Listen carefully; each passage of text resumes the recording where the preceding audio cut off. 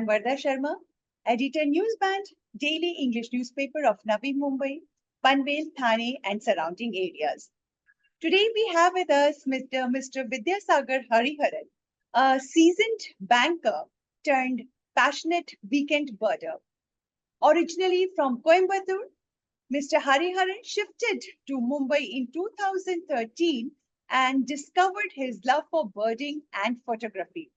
He is renowned for his extensive coverage of Mumbai Flamingo migration, meticulously documenting their seasonal visits to the city's wetland. Hello, Mr. Hariharan. Welcome, sir. Good afternoon. Thank you for having me on this show. Uh, please share some most memorable experience while photographing flamingos in Mumbai. So, if I can just give a little bit background also. So, when I started in 2016 photographing the flamingos, it was sheer coincidence that one of my marathon fitness coaches told me that flamingos come to Mumbai. And so I just went and saw them in Sivri across the distance. I just came and told him that I saw them in Sivri. But whatever, immediately he told, you come to a lake in Navi Mumbai where I reside, I'll show you that.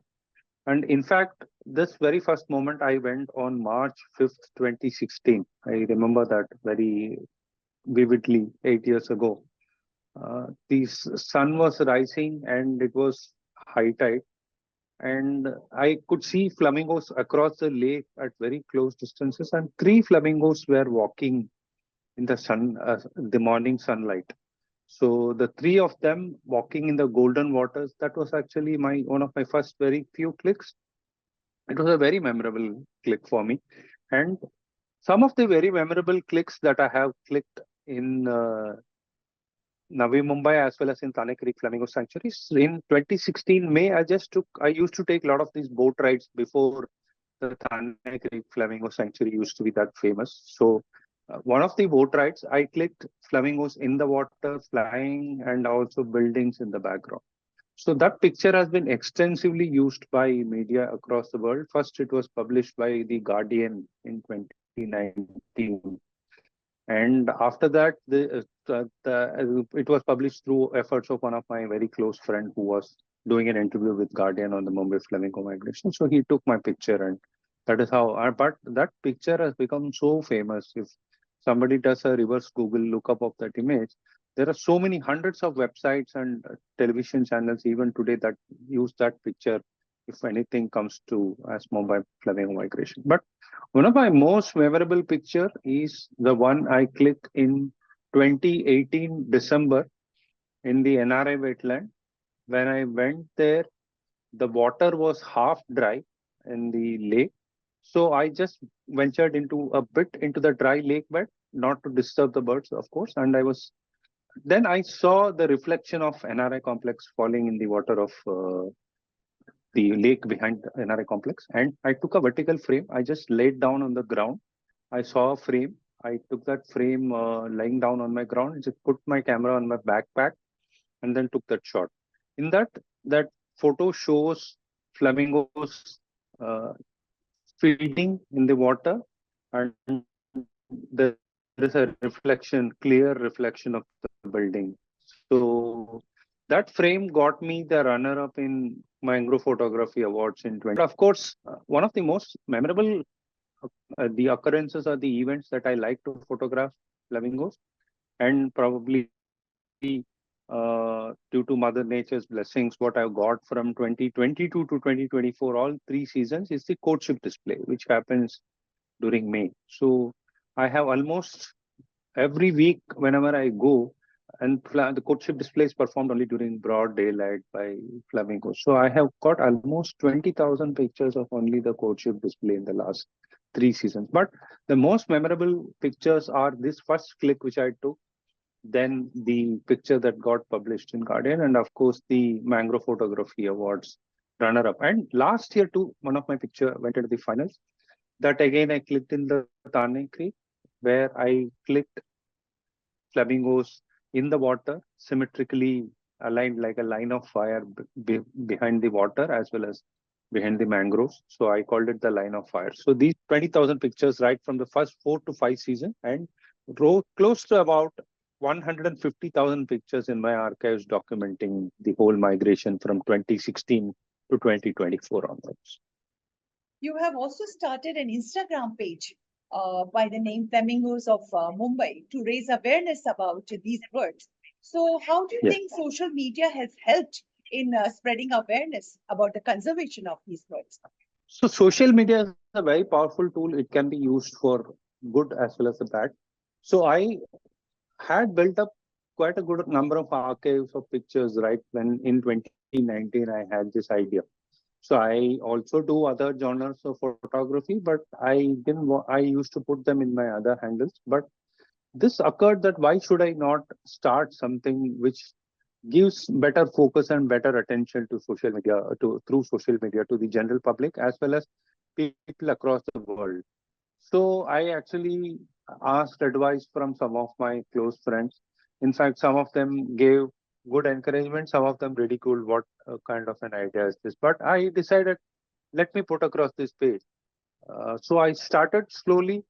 The number of followers are limited. It's about 3,700 as on date, but it contains so many number of followers who are professional filmmakers, who are documentary filmmakers, who are conservationists, and public got to know a lot of things about the migration through my page because today I see when last 3 4 years ago when I used to go to the wetlands, people never used to know that flamingos come during high tide and all those related to the migration.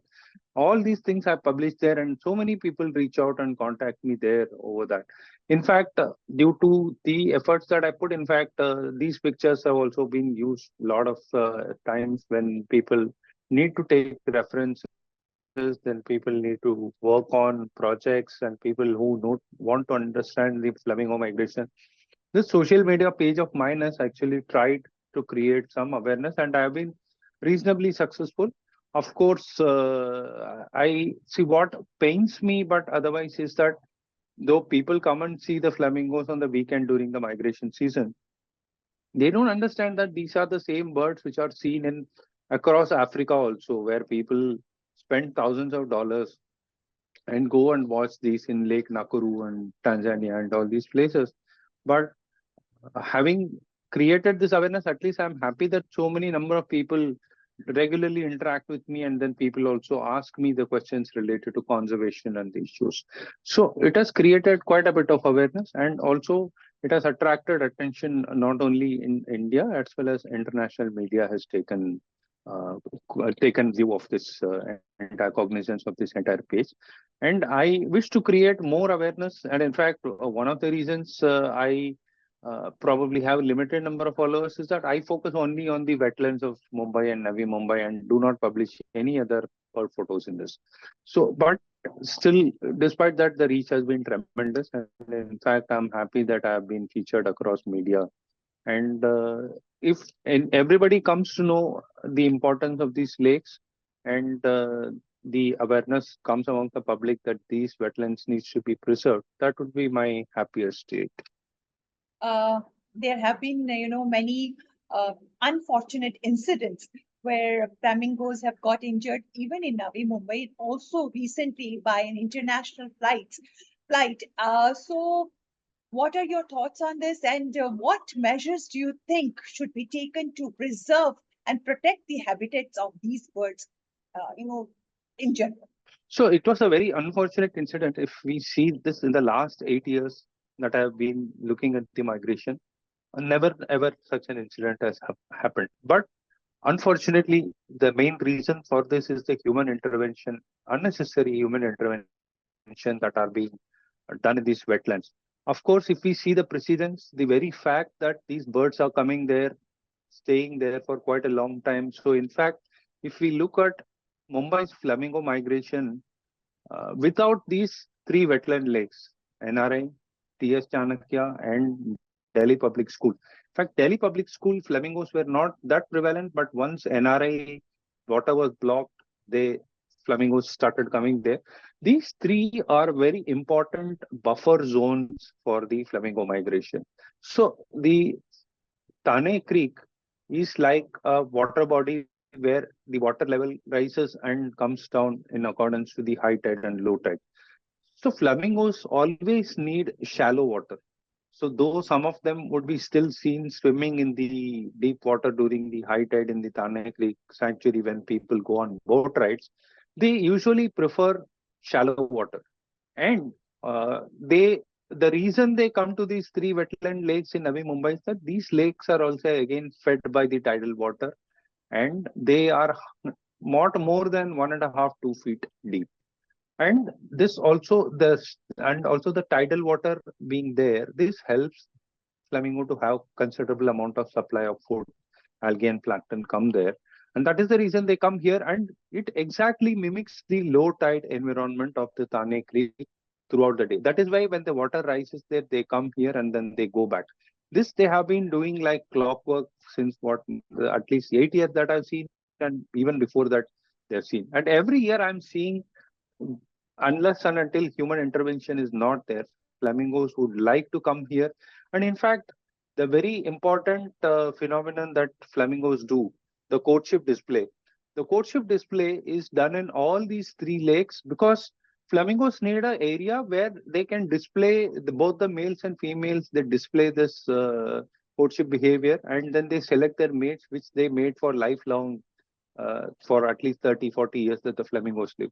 Without these three wetland lakes, Mumbai's flamingo migration is incomplete. And without these if these three wetland lakes vanish, the Mumbai's flamingo migration itself is under danger. And another very unfortunate incident, this incident proves that if people try to drive away, people try to not let the flamingos in, they will lose track. And in fact, both these wetlands, in fact, are very helpful in flamingos not getting into flights, not coming into flight paths, because they have good buffer areas when the high tide is there. And close to about 20 to 30% of the Mumbai's flamingo population comes during the high tide here. And in fact, during the peak of the courtship display season, I have seen 5,000-6,000 flamingos just coming and doing courtship display each in NRI and in TS Chanakya. This year, the numbers were too heavy in both NRI and TS Chanakya, and the display.